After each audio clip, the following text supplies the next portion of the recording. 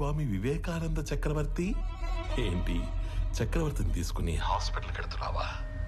అక్కడ ఆపడానికి 100 మందిని పెట్టేనే.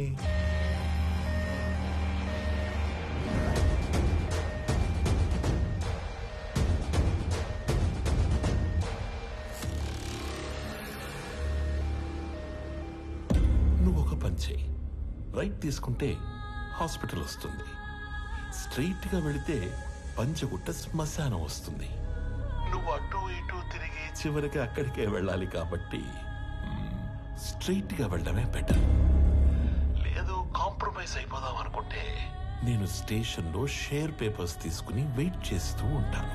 సైలెంట్ గా ఇక్కడికి వచ్చి నీ కంపెనీని నాకు ఇస్తున్నట్టు సంతకం పెట్టు. అప్పుడు మీ ఇద్దరి నాన్నలు బతకాలా వద్దా అని నేను ఆలోచిస్తాను. ఏమైంది? ఎవరా వీళ్ళంతా?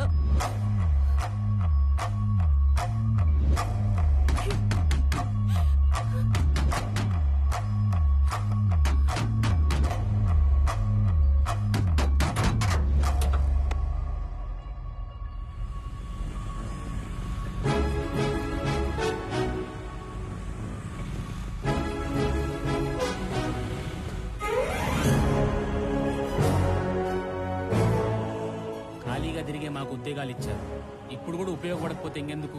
మీరు వెళ్ళండి సార్, నాన్నగారిని మేం చూసుకుంటాం.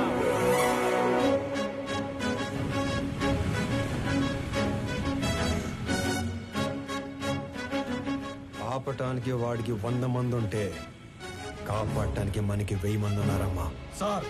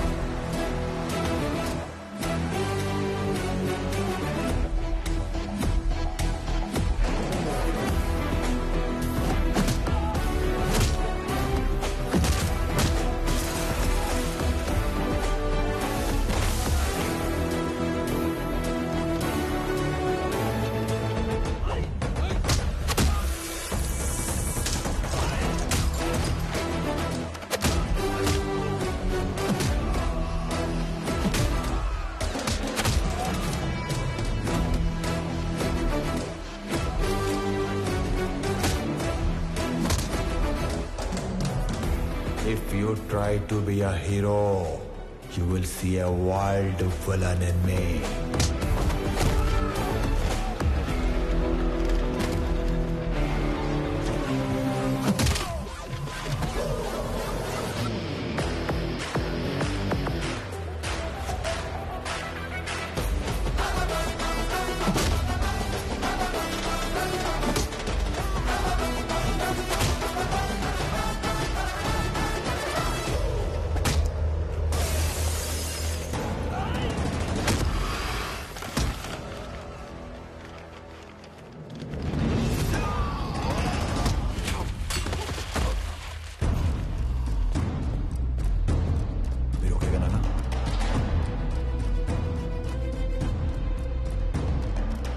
ఫ్యామిలీని టచ్ చేసినప్పుడే దేవుడు నీ డెత్ కి ఓటీపీ నెంబర్ పంపించేశాడు.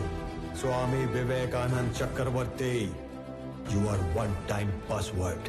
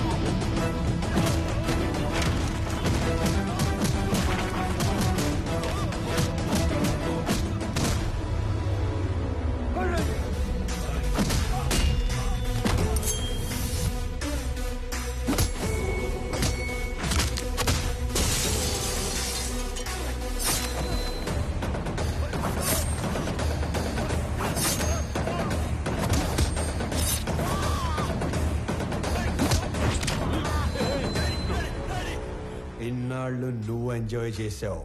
Now it's my turn.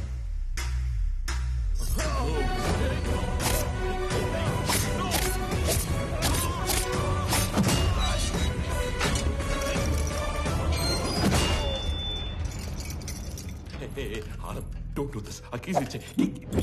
Please, please, Anand. గింగిరా గిరా గిరా గిరా గిరా కాకా గింగిరా గిరా గిరా కాకా Hey, CI, వాడు షూట్ చేసి ఆ కీస్ తీసుకురా.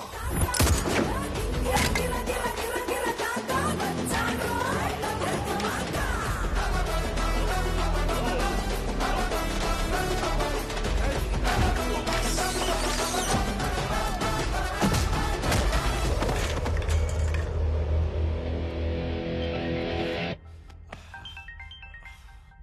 Hello DGP sir. Correct time phone చేశారు సార్. ఎవడన్నా స్టేషన్కి వచ్చి నన్నే కొడుతున్నాడు సార్. వెంటనే ఫుల్ బెటాలియన్ పంపేయండి సార్. ఎవరతను? కుక్కడపల్లి స్లమ్ ఏరియాలో ఉండే మిడిల్ క్లాస్ నా కొడుకు సార్. అది ఇందాక. ఇప్పుడు అతను people mart company CEO.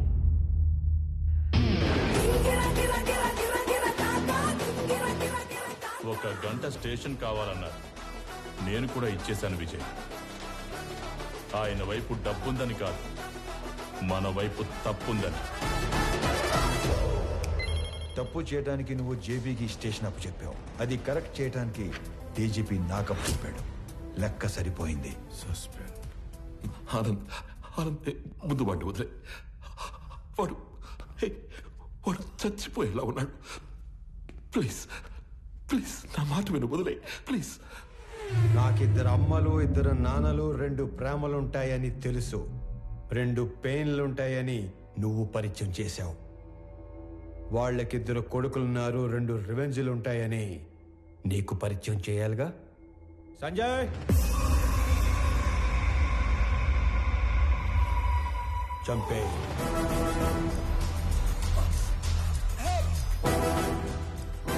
Anand, నీకు తెలియని విషయం ఏంటంటే నేను వదిలేసిన నీ కంపెనీ మీద కన్నేసిన ఇంకో పిల్ల విలనున్నాడు. వాడు నా తమ్ముడు విక్రమ్ చక్రవర్తి.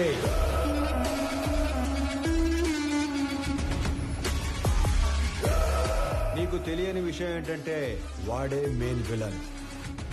నాకు వాడే ప్లానింగ్ ఎప్పుడో తెలుసు.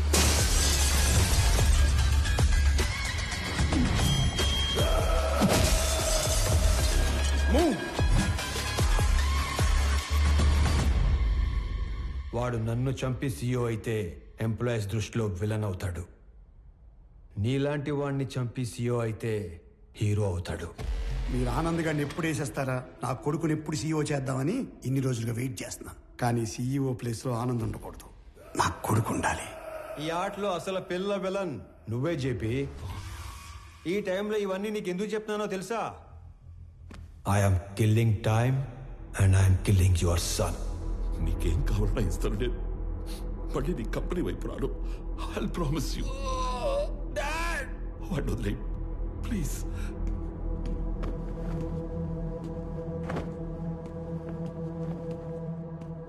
మీ ఇద్దరిని చంపటానికి క్షణం పట్టదు. 10 మందిని చంపితే వైలెన్స్, అదే 10 మందికి పనిస్తే బిజినెస్. బిజినెస్ చేద్దాం చెప్పి వైలెన్స్ వద్దు.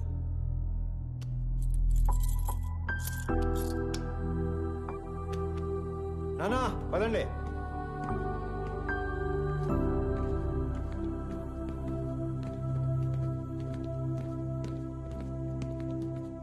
అన్నయ్య, పెద్దనానికి ఏం కాదు. He will be fine. నువ్వు ఉన్నంత వరకు ఆయనకి ఈ కంపెనీకి ఏం కాదన్నయ్య.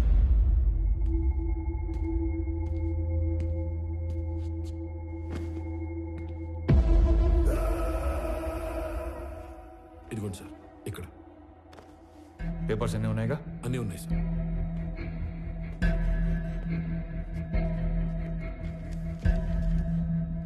ఇది సియోగా నా రిజిగ్నేషన్ లెటర్. ఇది నువ్వు సియోగా పెట్టాల్సిన సిగ్నేచర్స్ అండ్ పేపర్స్. ఇవి company passwords and security secrets. ఇవి మన shares and charity details.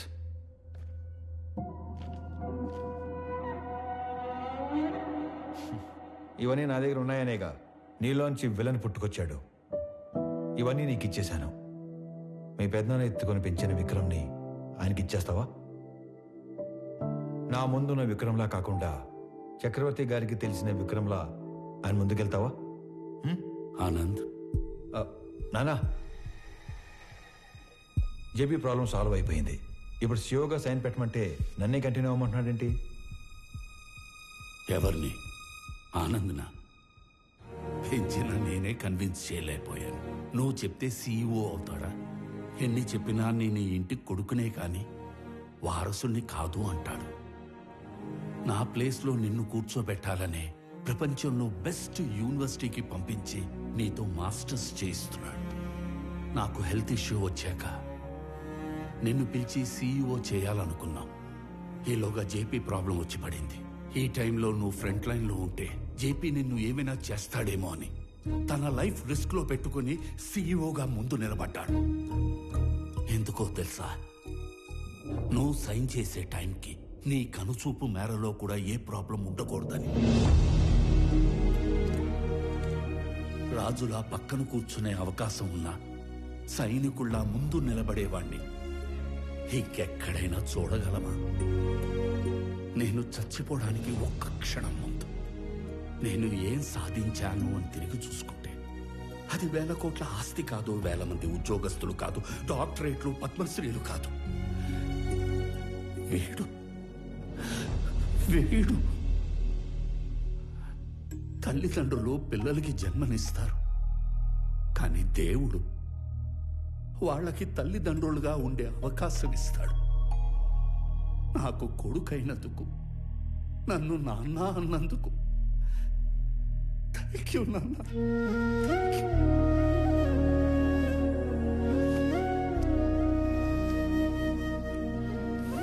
I lived successfully. Now I will die successfully.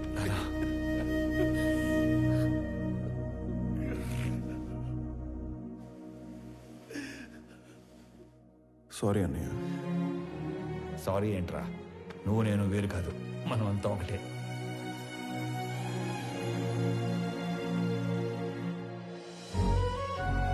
KG గోంగూర ఇవ్వండి. గోంగూర కేజీలు ఎవరు కట్టలుగా ఇస్తారు.